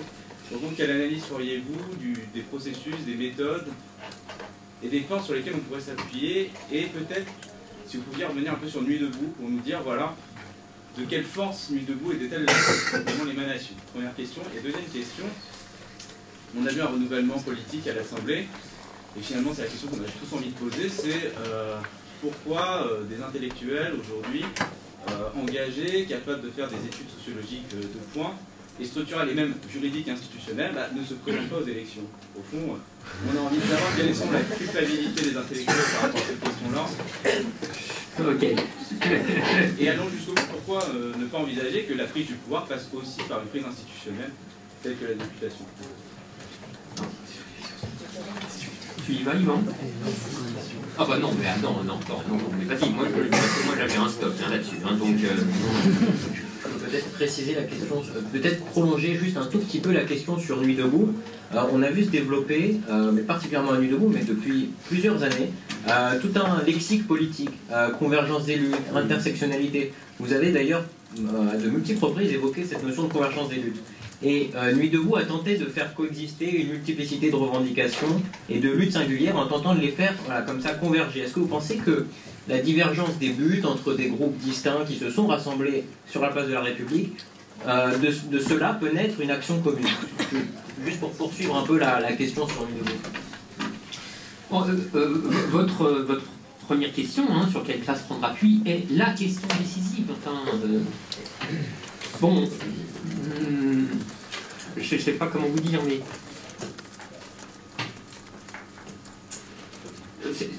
S'il y a une leçon sur la réflexion relative au processus révolutionnaire à lire quelque part, c'est bien dans l'histoire de la révolution russe de Trotsky.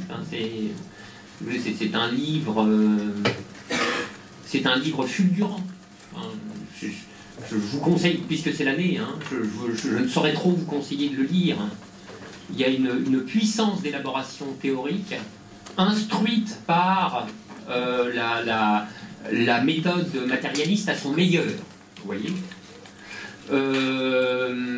Pas du tout réductible à la caricature stupide qu'on en fait habituellement, puisque moi j'aurais tendance à qualifier la pensée de Trotsky de structuralisme moléculaire, vous voyez. Donc il est, par certains côtés, il est deleuzien avant l'heure, mais il est deleuzien tout en étant marxiste, grand écart qui paraît tout à fait improbable. Dans l'histoire de la révolution russe de Trotsky, vous avez aussi bien l'analyse des classes et de ce qui gouverne les processus de leur mise en mouvement, et l'analyse du clin d'œil d'un cosaque dans un contact entre les ouvriers et les forces de l'ordre dans une rue de Pétrograd, vous voyez, et tient les deux ensemble. Donc c'est la question décisive, et elle l'est d'autant plus pour moi que je me fais une idée de la politique comme nombre. Je pense que la question fondamentale de la politique et des processus politiques, c'est la question du nombre. Vous voyez, alors là aussi, je pourrais en revenir à ce que je disais tout à l'heure sur il y a les intellectuels de la singularité, de l'événement, etc. Et puis il y a les autres. Moi, je suis plutôt dans les autres. Et puisque on a parlé de conjoncture tout à l'heure, je dirais que c'est ça la définition de la conjoncture, c'est l'état du nombre. Vous voyez ? Quel est l'état du nombre ? C'est ça la conjoncture. Alors sur quelle classe prendre appui ?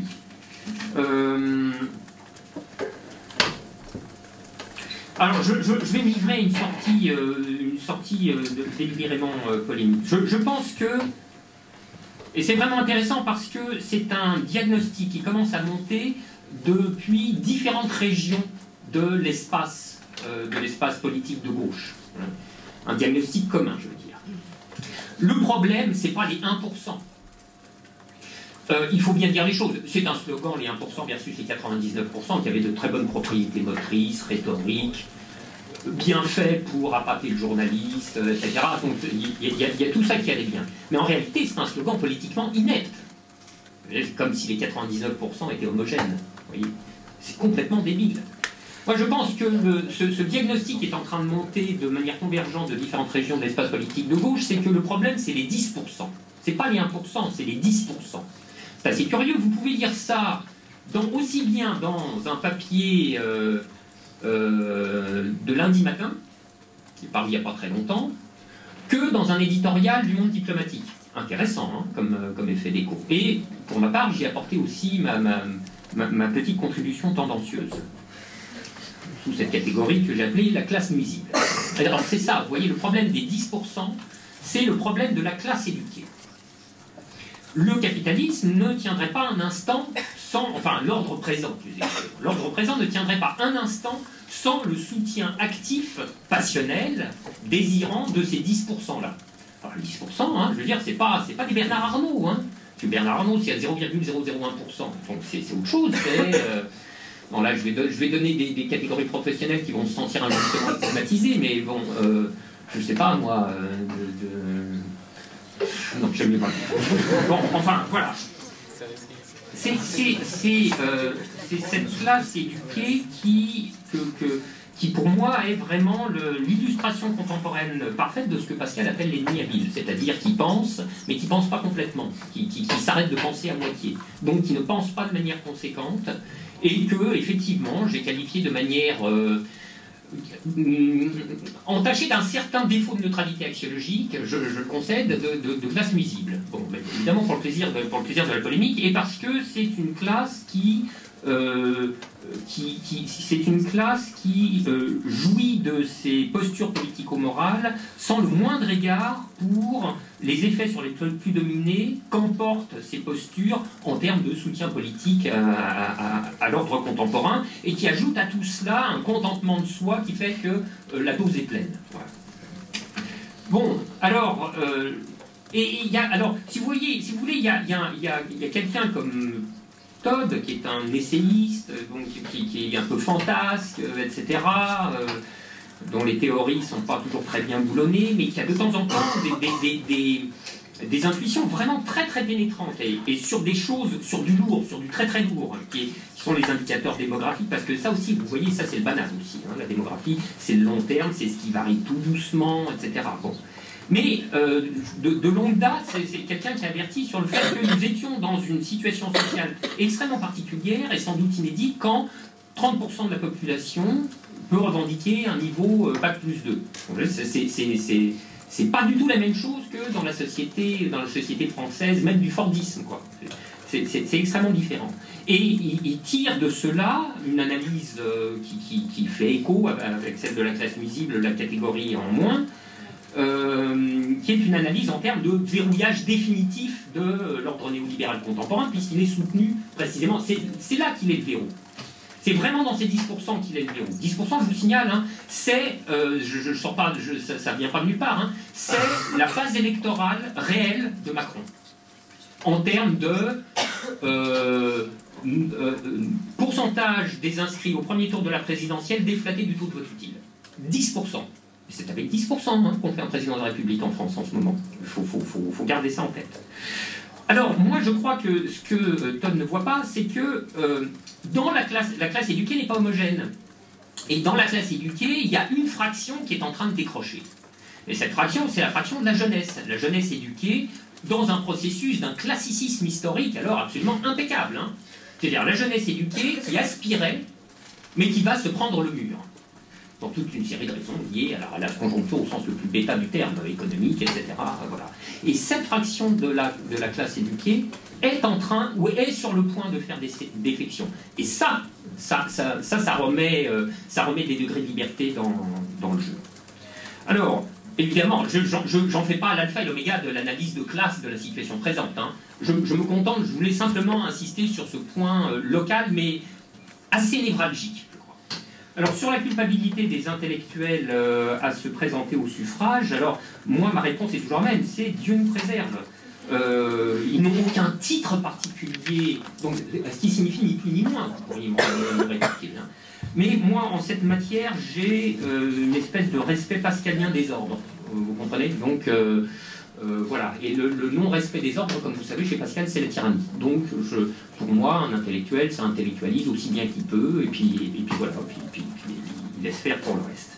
Ce qui ne signifie pas que les hommes politiques ne devraient pas être idéalement des intellectuels dans le sens tout à fait.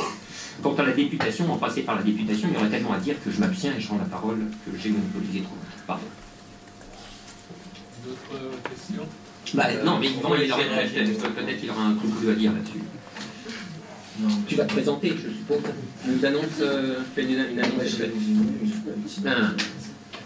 Non, simplement, je voulais dire qu'il y a un livre de quelqu'un qui s'appelle Jean-Paul Fitoussi, qui s'appelle La démocratie et le marché, qui est quelqu'un de très... qui est quelqu'un de très modéré, mais donc qui écrit ceci, je cite, « Aux États-Unis, la démocratie s'accommode pour l'instant de ce que, dans une étude récente, Edward Wolff a qualifié de retour à Marie-Antoinette.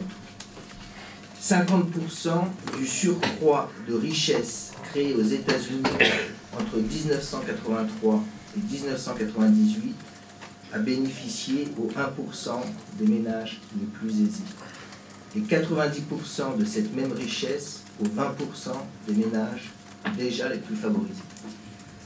Donc, on pourrait aussi se demander, simplement, ça c'est à l'échelle des États-Unis, mais à l'échelle mondiale, vous pouvez aussi trouver des chiffres de cet ordre-là. Enfin, il est bon d'avoir quand même un peu une idée.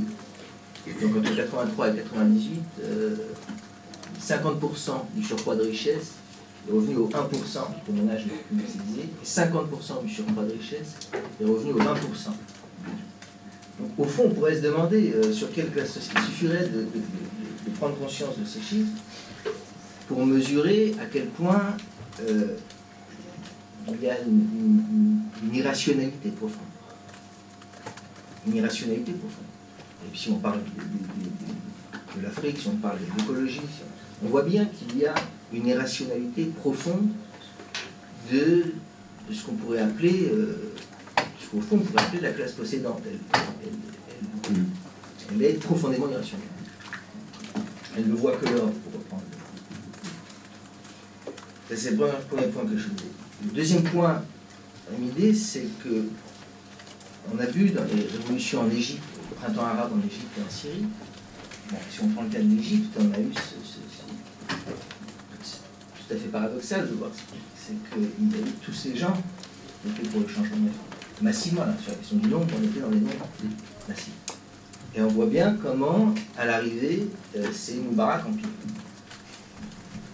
Moubarak Empire, à côté de ce qui se passe en Syrie, on peut se dire ils s'en sont bien sortis.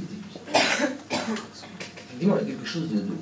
Alors, à ce sujet-là, je vous recommande, ceux qui s'intéressent sur la question du printemps arabe, de lire les 2 livres de Gilbert Achcar. Le premier s'appelle Le peuple veut, et c'est au moment du printemps arabe, en cours, et le deuxième, c'est le diagnostic final, qui s'appelle Symptômes morbides. Alors, il y a un passage que je lis, c'est concernant la question de pourquoi est-ce que dans le cas des régimes soviétiques, on a eu cet effondrement du fait de ces manifestations massives, et pourquoi pas dans le cas du printemps arabe. Alors il y a une réponse à ça qui est assez courante, qui consiste à dire que Gorbatchev aurait dit ne tirez pas sur la pluie. C'est une explication. Évidemment, c'est une explication qui a quand même une coloration, puisque vous avez toujours l'idée de celui qui est en haut et puis qui change le cours de l'histoire. C'est cette orientation anti-tolstoïenne, ceux qui connaissent Guérépet, puisque Guérépet, l'idée c'est que ce sont les partisans, les masses du nombre, justement, qui fait l'histoire. Alors, Gilbert Achcar a une autre analyse de la différence entre l'effondrement du régime soviétique et justement le fait que, là en l'occurrence, si je prends l'Égypte comme exemple, ça tient ferme. Alors il dit, mais une différence qualitative cruciale interdisait au soulèvement arabe de reproduire le modèle de la révolution de velours, comme fut nommée la révolution tchécoslovaque de 1989, qu'avaient suivi la plupart des changements survenus en Europe de l'Est. Et ce facteur crucial n'est ni religieux ni culturel. C'est pas parce que les Arabes seraient religieusement, culturellement inaptes à réussir une révolution. Le fond du problème est que le système étatique qui avait été mis en place en Europe de l'Est était exceptionnel au regard de l'histoire, dans la mesure où il était dominé non pas par des classes possédantes, mais par des bureaucrates de partis et d'États, c'est-à-dire des fonctionnaires. L'immense majorité de ces bureaucrates, notamment au bas de la pyramide, pouvaient envisager de conserver leur emploi ou d'en trouver un autre, et même d'améliorer leur pouvoir d'achat avec le passage au capitalisme de marché, tandis qu'une partie importante des membres des échelons supérieurs pouvaient envisager de transformer en entrepreneurs capitalistes, en tirant parti de la privatisation de l'économie. Donc c'est ce qui explique le calme, etc. À l'opposé, la région arabe, avant le soulèvement de 2011, était caractérisée par la prépondérance d'États patrimoniaux dans un environnement économique général de capitalisme de compérage. Non pas des régimes néopatrimoniaux. Bon, je passe tout le développement, mais vous comprenez l'idée, c'est-à-dire que vous avez des gens qui sont vraiment assis sur ce pouvoir, et qui donc feront jouer toute la force et la puissance pour rester là. Et d'où le fait que, effectivement, il y a, lorsque les inégalités sont telles, lorsque l'irrationalité est telle, la révolution, transformation profonde, structurelle du système, est une évidence. Et en même temps, c'est une évidence qui rencontre un fait massif qui est que ceux qui ont le pouvoir et le pouvoir de la force n'ont absolument aucun intérêt à cette transformation. Alors,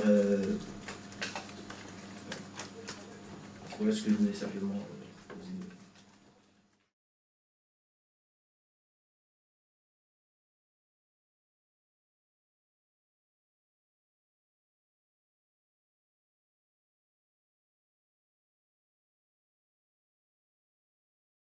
Alors, je sais que c'est une pardonnez-moi, mais c'est une lecture erronée, je crois, que vous faites de ma position globale, mais à laquelle j'étais presque certain d'être exposé entre, d'une part, le travail dans Imperium, qui a été lu à tort comme un discours de réhabilitation.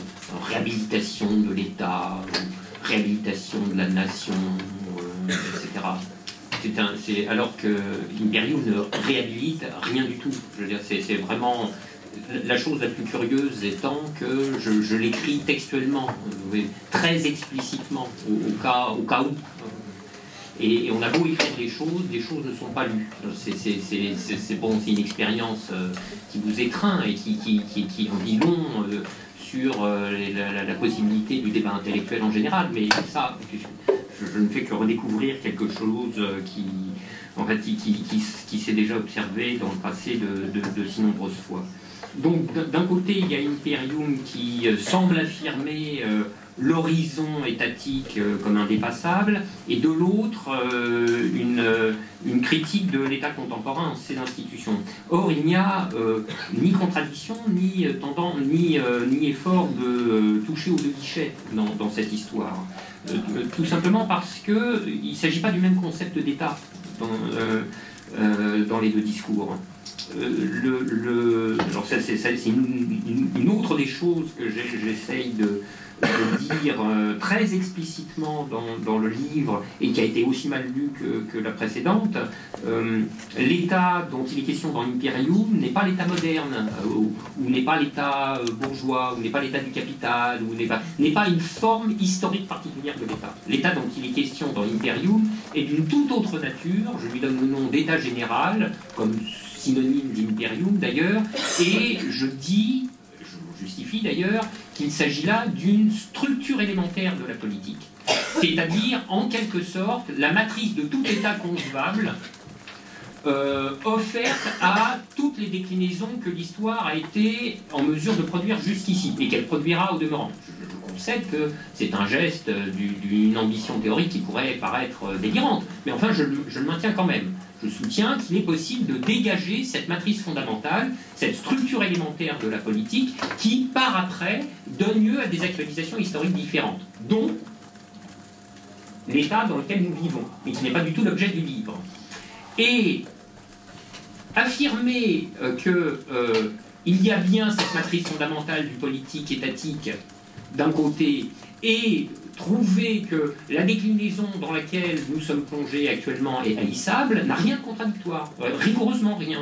Au contraire, c'est la conjonction des deux énoncés résulte dans la formulation de nouveau de ce que j'ai appelé la question morphologique. Voilà, c'est ça. Et dans ces analyses que je fais, enfin dans ces interventions polémiques auxquelles je prends part, il y va d'une caractérisation de la forme contemporaine de l'État, de la déclinaison historique qui est la nôtre, qui fait notre situation.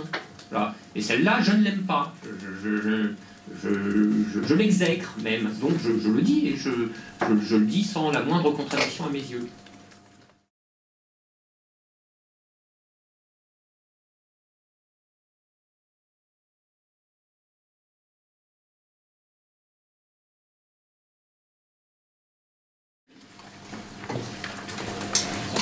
Sur la question du droit constitutionnel,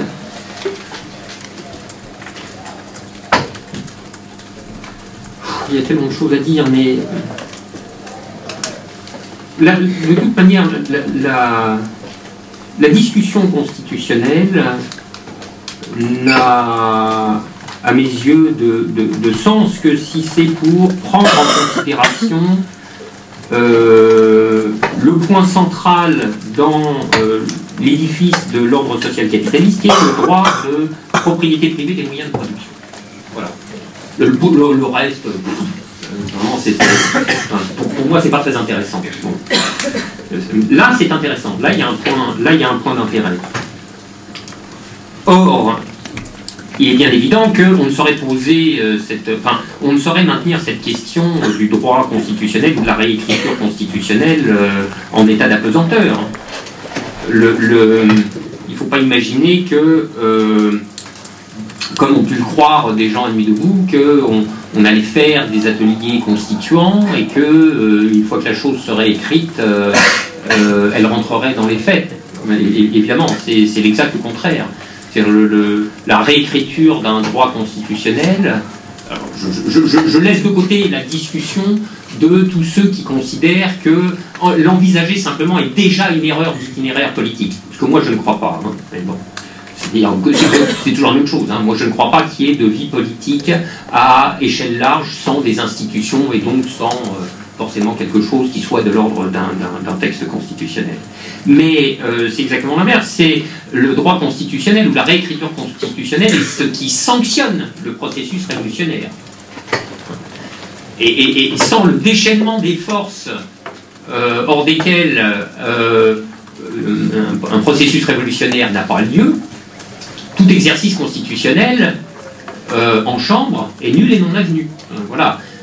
C'est très simple. Hein. Si vous voulez ôter de la Constitution le droit de propriété privée des moyens de production, il vous faudra passer sur le corps de la bourgeoisie, littéralement. Et ça sera pas un pique-nique. Je veux dire, parce que on l'a vu, si vous voulez, c'est le grand mensonge, hein, c'est le grand mensonge de la démocratie. Le grand mensonge de la démocratie, mais en réalité, c'est le mensonge de tout ordre institutionnel. Tout ordre institutionnel est suspendu à une violence inaugurale qui doit être recouverte pour être oubliée. Voilà. Donc, tout changement de l'ordre social fait nécessairement faire retour à cette violence-là. Il faut substituer une violence inaugurale à une autre. Il y aurait tellement à dire là sur le thème État, institution, violence. Si vous voulez, les ordres institutionnels ne naissent pas dans les choux ou dans les roses. Ils naissent d'actions de vive force collective. Bon, voilà. Donc le droit constitutionnel séparé de tous ces arrière-plans proprement politiques, révolutionnaires, avec la part de violence qui va dans tout processus historique méritant d'être qualifié de révolutionnaire, pour moi, c'est nul et non avenu. C'est la raison pour laquelle, vous voyez, se colter de nouveau à la question constitutionnelle suppose d'accepter de prendre en charge des choses qui font vraiment le tragique de l'histoire à proprement parler. C'est très très sérieux. C'est pas du tout de se mettre dans un atelier sympa et d'écrire des articles. C'est pas ça du tout. Bon.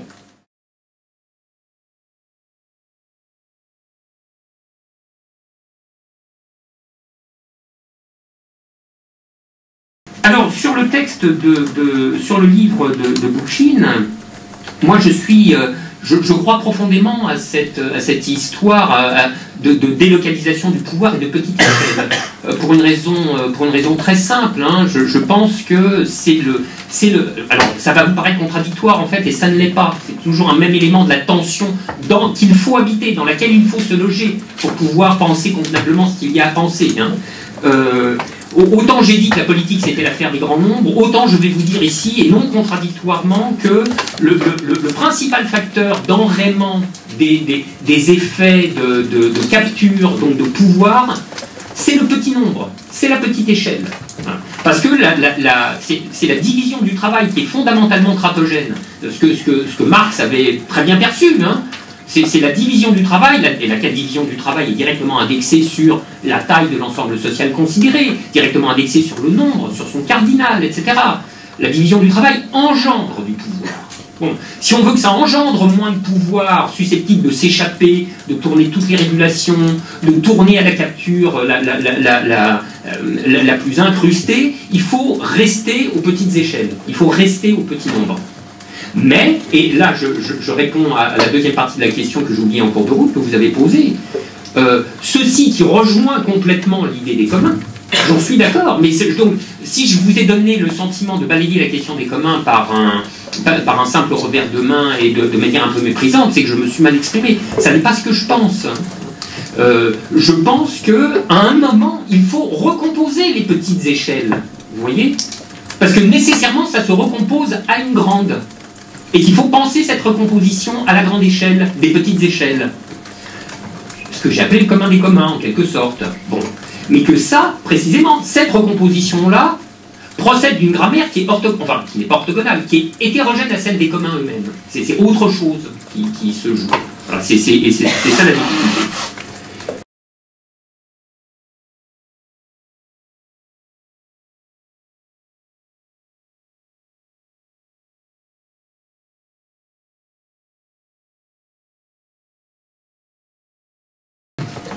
Est-ce que vous me précisiez ce que vous entendez par la question morale?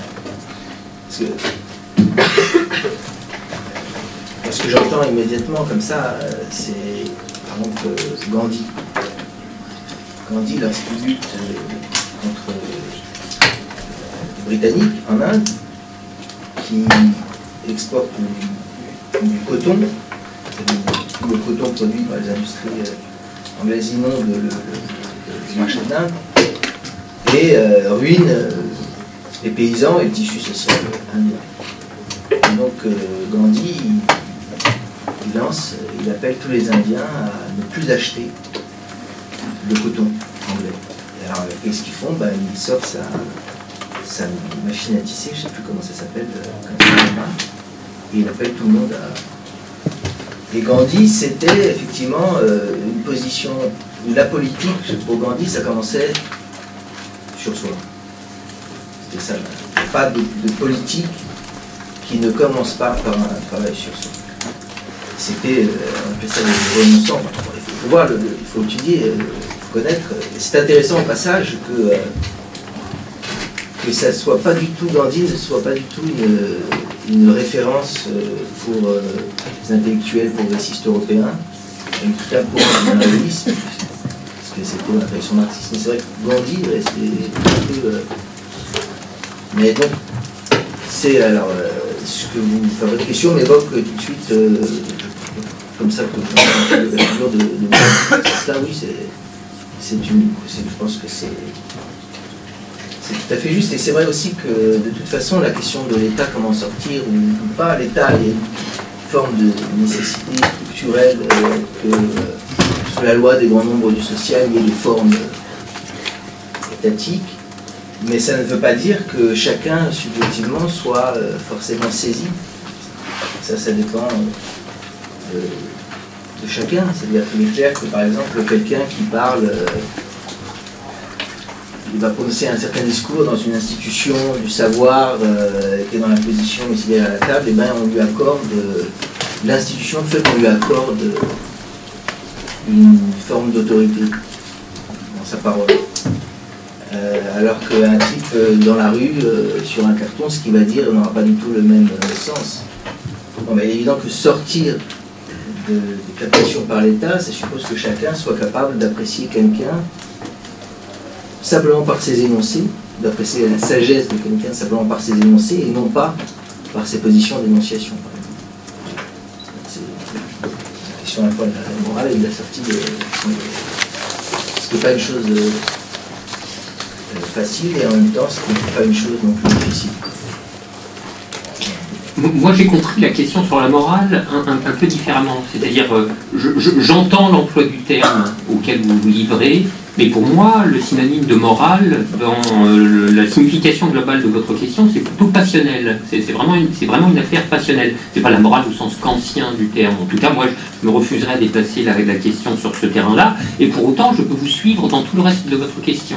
Sur le fatalisme, par exemple, moi il me semble que l'un des grands affects qui fait verrou dans la situation présente, c'est moins le fatalisme que la peur. Il y a beaucoup de choses à dire là-dessus, sur la peur comme affect politique, la peur qui a stupéfié les Grecs, par exemple. Et je trouve très juste votre allusion à l'indifférence. En effet, mais qu'est-ce que c'est que l'indifférence? L'indifférence, c'est une limitation de notre pouvoir d'être affecté. C'est-à-dire une limitation de notre puissance. La puissance chez Spinoza, c'est ça. C'est le pouvoir d'affecter et d'être affecté. Donc l'indifférence, c'est des tâches aveugles de notre pouvoir d'être affecté. Alors, vous l'évoquez à propos d'un certain sujet. Moi, il y en a un autre, évidemment, où l'indifférence fait des ravages. Bon, c'est ce qui est en train de se passer depuis 2 ans et qui va connaître sa consécration, là, dans quelques jours. J'entends la supposée sortie de l'état d'urgence et sa transformation en fait en droit ordinaire. Bon. Moi, je me souviens d'avoir assisté à un colloque, c'était en début 2016, etc. Et des gens viennent nous voir et me disent « mais c'est terrible ce qui se passe en France ». C'était en Belgique. Hein. C'est terrible ce qui se passe en France. L'état d'urgence, etc. Mais là, vraiment, les gens vont être foudrage. Ils vont descendre dans la rue, etc. Mais je lui ai dit « mais non, mon pauvre, mais j'avais de la vie ». Non, personne ne va descendre dans la rue. Ça, c'est un réflexe d'universitaire. Donc c'est quelqu'un qui parlait depuis sa complexion passionnelle d'universitaire. Parce qu'il est sensible à ça. Ça rentre dans ses affectabilités, ce genre de considération. Mais c'est pas l'affectabilité commune. Vous comprenez?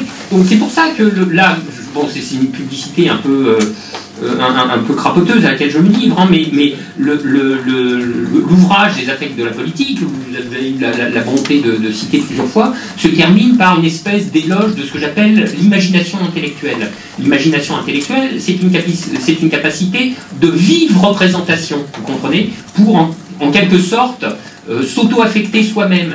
L'imagination intellectuelle, c'est le truc qui, quand bien même vous n'êtes pas victime directement de l'état d'urgence, de la même manière que vous êtes victime de quelqu'un qui vous met une claque dans la gueule, ça vous êtes directement affecté, mais ça fait que quand même, vous voyez, l'imagination intellectuelle, c'est le truc pour faire des économies. Voilà, c'est ça le point important. C'est pour faire des économies de désastres politiques. C'est pour ne pas avoir à en passer par l'expérience politique concrète du désastre. Et donc pour pouvoir la prévenir. L'imagination intellectuelle, c'est ce qui vous fait penser que si on ne fait rien, effectivement, nous finirons les pieds dans l'eau. Et c'est quelque chose qui vous sensibilise à la question environnementale avant d'avoir les pieds dans l'eau. Parce qu'effectivement, à ce moment-là, ça sera une affection commune. Là, tout le monde dira, ah là là, ça va pas du tout. Nous avons les pieds dans l'eau. L'imagination intellectuelle permet d'anticiper ce moment-là en se représentant vivement ce que ça ferait d'être les pieds dans l'eau. Voilà. Et donc, ça nous sort de l'indifférence. Merci beaucoup, on va se quitter sur ces mots. Je suis désolé, on peut en parler dehors, si vous voulez. Voilà. Merci à tous.